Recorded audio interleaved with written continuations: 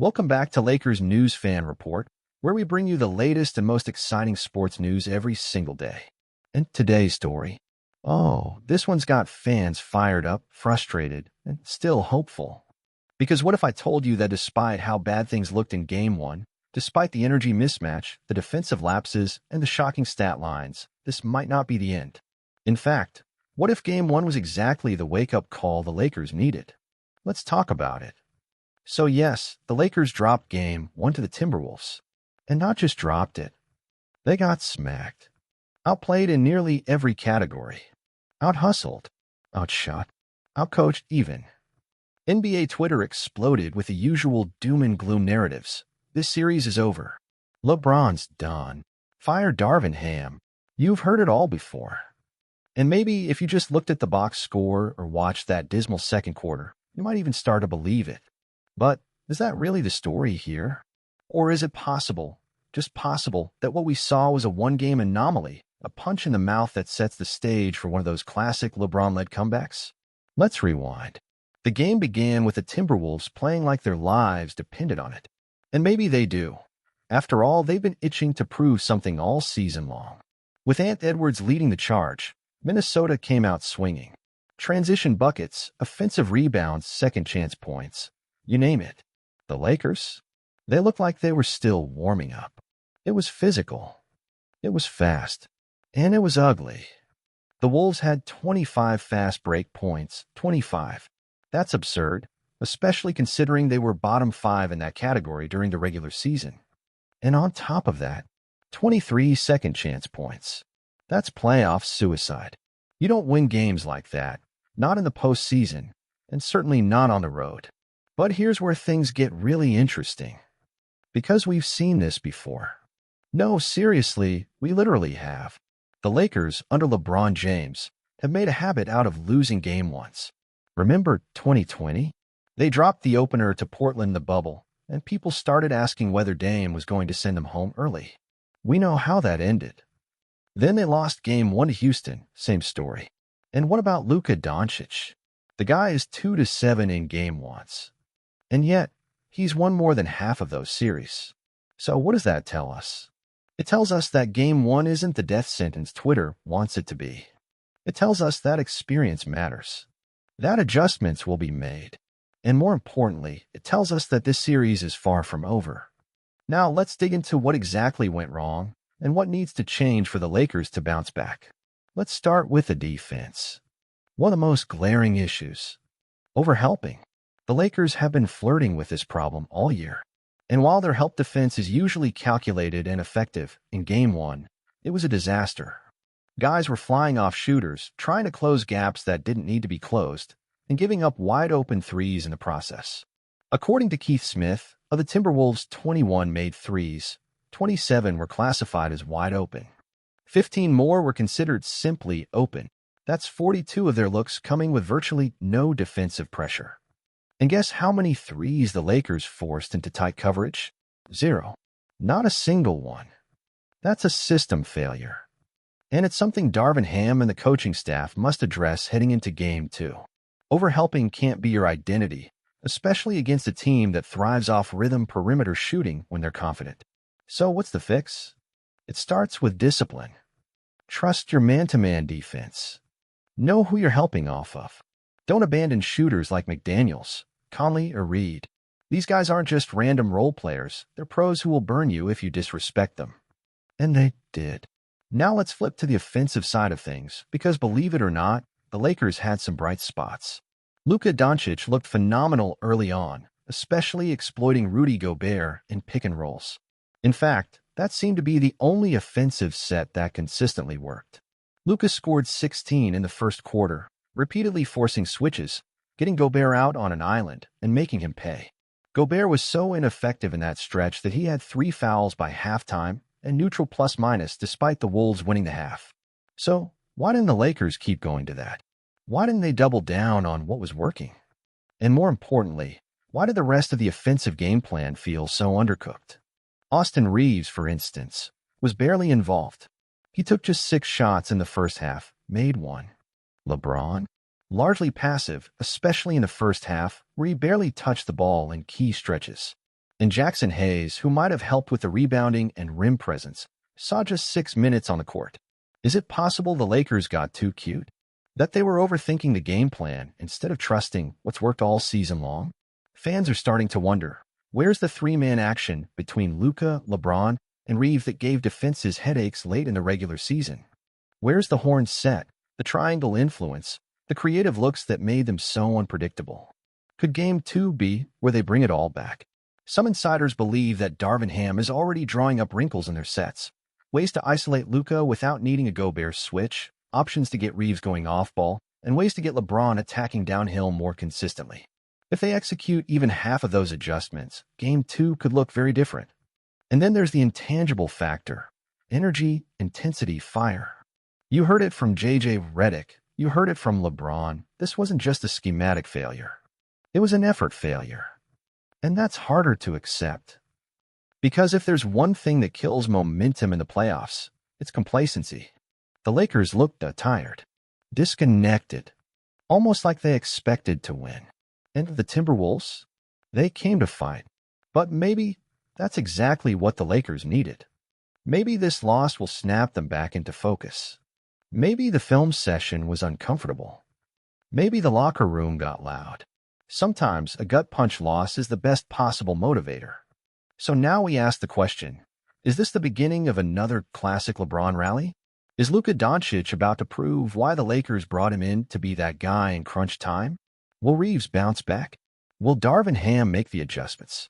Will the Lakers show us they still believe? Because here's the thing, it's not about Game 1 anymore. It's about how you respond to Game 1. And all eyes are going to be on Tuesday night to see if this team still has that fight in them. But what do you think about all of this? Was Game 1 just a blip or a bad omen of what's to come?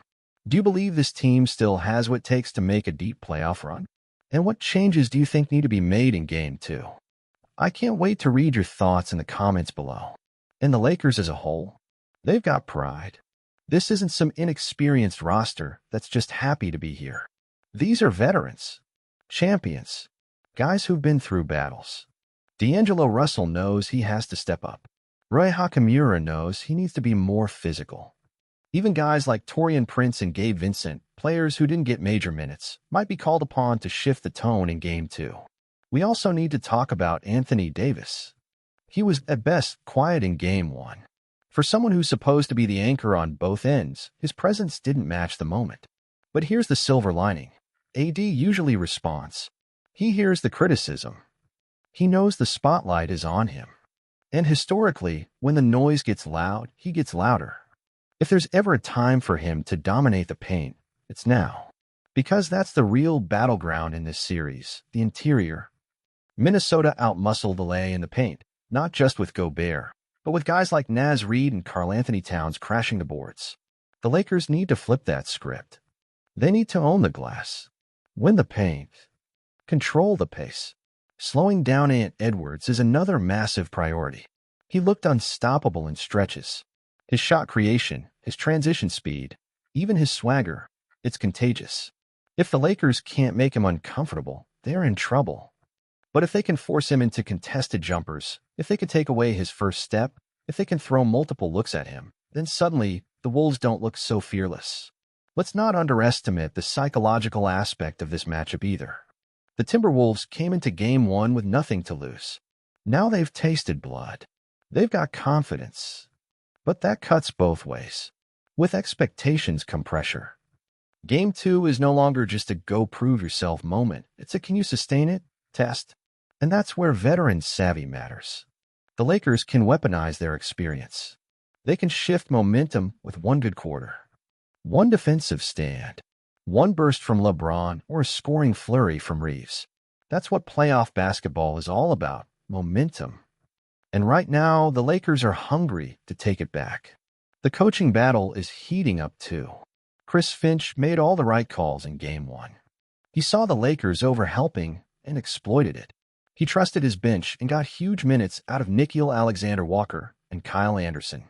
Darvin Ham now has to respond. It's a chess match. And the next move? It's LA's. The fans at Crypto.com Arena are going to be crucial. The energy has to shift. It has to feel like a must-win, because it is. Game 2 can't be treated like a marathon. It needs to be a sprint from the opening tip.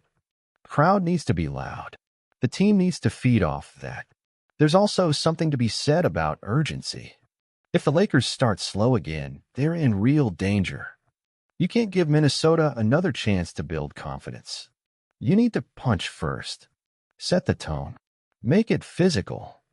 Remind the Timberwolves that winning one game is easy. Winning four is another story. And here's the thing, this team can do it. They've got the firepower, the playmakers, the defensive potential. But it's all about execution. No more mental lapses. No more lazy rotations. No more stretches where LeBron disappears from the offense for 6 minutes at a time. The margin for error is thin in the playoffs. Every possession counts. Every adjustment matters. And if the Lakers can tighten the screws, we might just get a brand new ball game. Because Game 2, it's not just about tying the series. It's about sending a message. We're still here. We're still dangerous. And we're not going down without a fight. So yes, the odds feel longer after that Game 1 beatdown. But guess what? That's when the greats shine. That's when LeBron turns into playoff LeBron. That's when the Lakers usually find their groove. Remember, this isn't the first time the Lakers have looked lost in a Game 1. It's practically a ritual at this point. LeBron-led teams use Game 1 like a scouting report in real time. They gauge the opponent. They test the matchups. And then they adjust. Ruthlessly. If Game 2 starts with intensity, if the Lakers are diving for loose balls, contesting every shot, and pushing the pace, you'll know they've flipped the switch. And once that switch flips, the Timberwolves are going to feel it. Every possession will get tougher. Every bucket more contested. Every run a little shorter. And speaking of flipping the switch, don't sleep on the role players. Playoff series are often decided not by stars, but by the guys who come off the bench and swing a quarter. Guys like Spencer Dinwiddie, like Jared Vanderbilt if he returns. Even someone like Max Christie, if given minutes, could make an unexpected impact. That's the beauty and chaos of the postseason. You never know who's going to step up. One hot shooting night from a bench guy, that's a win. One key steal or clutch rebound, that's momentum. And momentum in the playoffs is everything. Let's also revisit the Luka Doncic angle. Because while all eyes were on LeBron and AD, Luka looked the most comfortable offensively in Game 1. He didn't just put up points, he manipulated the defense. He made Gobert chase. He read the help and made the right passes. If the Lakers can lean into that, give him more ball-dominant minutes, it could unlock the rest of the offense. We need more Luka LeBron pick-and-rolls. More high screens with Reeves spaced in the corner. More two-man actions that force the Timberwolves to commit. And once they do, exploit the gaps.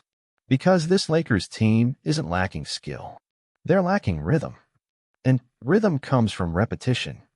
It's also worth looking at Darvin Ham's rotation choices.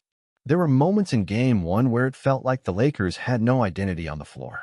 No clear purpose. That's on the coaching staff. Finding the right combinations isn't just about stats, it's about feel. Who's playing with urgency? Who's defending with pride? Who's locked in? The Lakers might need to go smaller, faster. Put more shooters around AD. Force the Wolves to guard in space. Or maybe they go bigger, try to bully Minnesota inside. The truth is, there's no perfect answer. But standing pat, that's not it. And here's a key stat that shouldn't be ignored, pace. When the Lakers played fast, they got better looks. The half-court offense bogged down far too often. That can't happen in Game 2. They need to push. Attack early in the shot clock. Don't let Minnesota set up their defense. Transition is where LeBron still thrives. Even in year 21, he's lethal when he's downhill with numbers. Give him lanes. Give him tempo. Let him dictate the pace. And once he gets going, the whole team feeds off that energy. But this can't just be about offense. The defensive communication has to be sharper. Way too often in Game 1, the Lakers got caught in no man's land, half switches, missed assignments, unnecessary doubles. That's not championship basketball. That's not even playoff-ready basketball. Communication, trust, Accountability. Those are the hallmarks of a team that wins in May and June. If the Lakers want to be that team, it starts with Game 2. Lock in defensively and let that spark the offense. As for me, I'm not counting them out. Not yet. There's too much talent on this roster. Too much playoff experience. And too many times we've seen LeBron rise from the ashes of a Game 1 loss to take over a series. So no, I'm not giving up on this squad. Not even close. If you enjoyed this video, don't forget to hit that like button, subscribe to Lakers News Fan Report, and turn on the notification bell so you never miss an update. We'll be right here breaking it all down, every step of the way. Thanks for watching, and buckle up. Because this series, it's just getting started.